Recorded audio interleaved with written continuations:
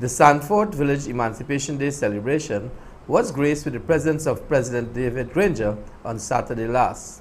More in this report.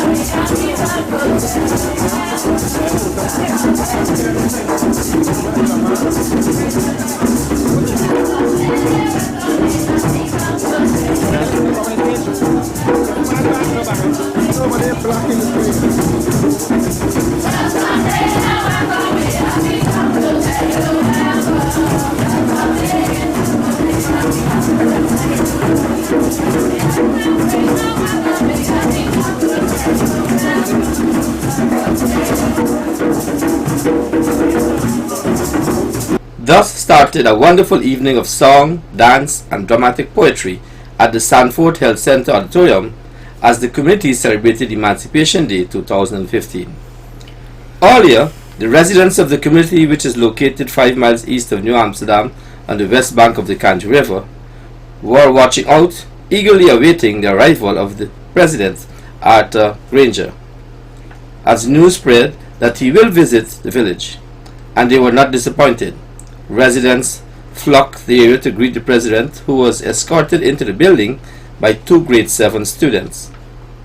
The small auditorium was packed to capacity, and scores blocked the stairs and doorways as the evening's program unfolded with prayers and the rendition of A Hymn for Guyana's Children by teacher Vanessa Cadogan. With humble hearts and heads bowed down, in a thanks for each new day of toil, we kneel before thy altar, Lord, the children of Guyana's soil. Great is the task that thou hast given, thy will to show thy truth to find, to teach ourselves that we are one in thy great universal mind. O children of Guyana, rise, rise up and sing with happy tears, and bless the land that gave you birth, and vow to serve her through the years.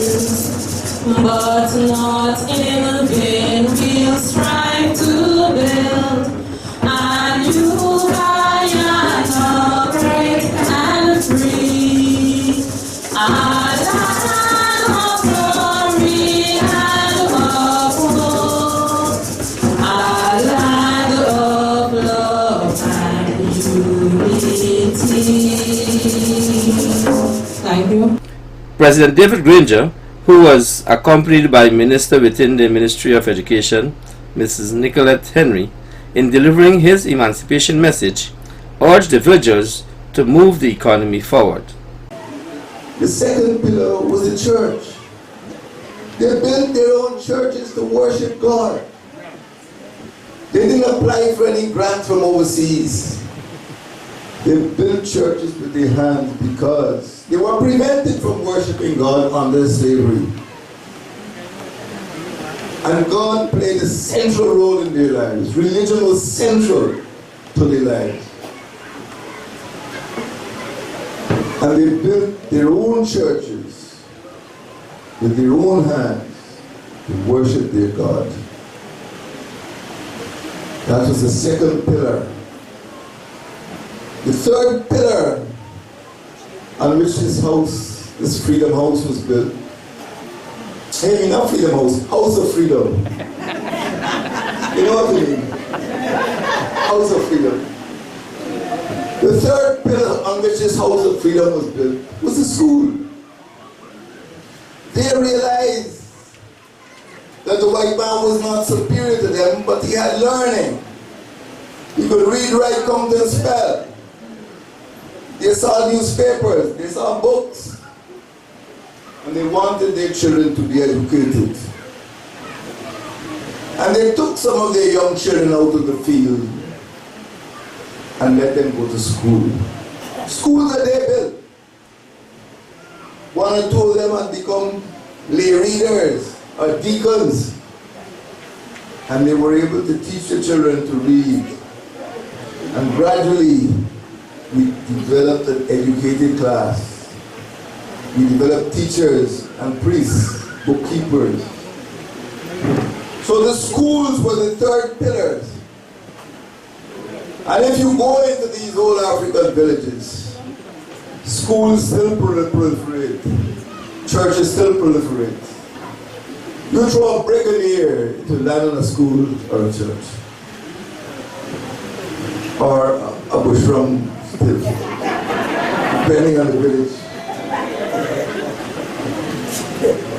And the fourth pillar on which these villages were built was the farm or the workplace. Many people think that today you don't like farming, you don't like agriculture, you want office job. Well, how did the people feed themselves from 1838? You think they went to Niger supermarket? They went to the city hall? They had to feed themselves. Whatever they ate is whatever they grew. They had to grow their own food. And everybody knows that they fed themselves. They didn't die off. Everybody knows, even when Blackbush Polo was being established, that they went to the old African villages, the Leeds and Kildonan and Manchester, to get planting materials. And I must come to Sandvoort for the other thing too.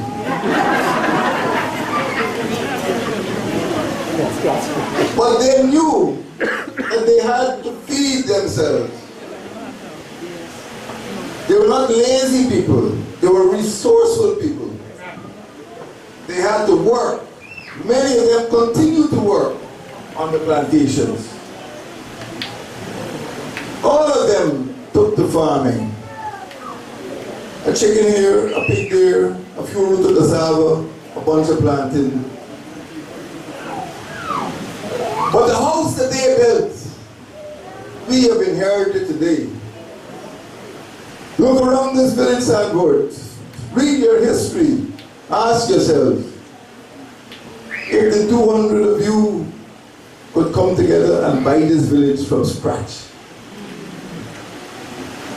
Look at the big villages, Queenstown, Ezequibo, Bagotville, Plaisance, Buxton, Friendship, Victoria. Ask yourself, if today you all could have bought those villages to set up human settlements. Every day you should thank your foreparents for what they did after emancipation. Every day of your life. Just thank God. Thank God my grandmother and my grandfather had little common sense. They not go to university, but they had common sense. So my brothers and sisters, when the Portuguese came in the 1830s and 1840s, they met human beings living in human settlements. When the Indians came, when the immigration was ended, they were able to move off the plantations. And they were welcomed in the African villages. The Chinese came, and they were welcomed in African villages. That is when we became a nation. We didn't fight the other ethnic groups down. We created a nation 177 years ago. We had the vision and foresight to share these communities with waves and waves of new migrants. A brief history of Sandvoort was delivered by Mrs. Juliet Moria, and a US Peace Corps volunteer spoke of her experience in teaching in the village over the past year. Dramatic poetry was performed by Joanne Gordon and Chelsea Hines, and the audience was treated to some dancing by young members of the community.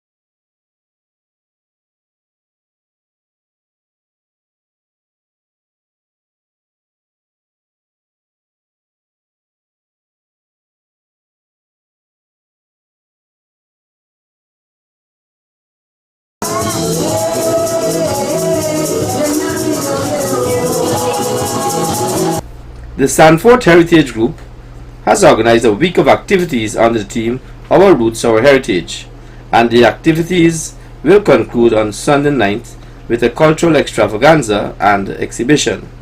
Tomorrow there will be a day of sports, and on Wednesday a spelling bee. Emancipation celebrations were also held in Stanleytown and on Kildonan on the quarantine.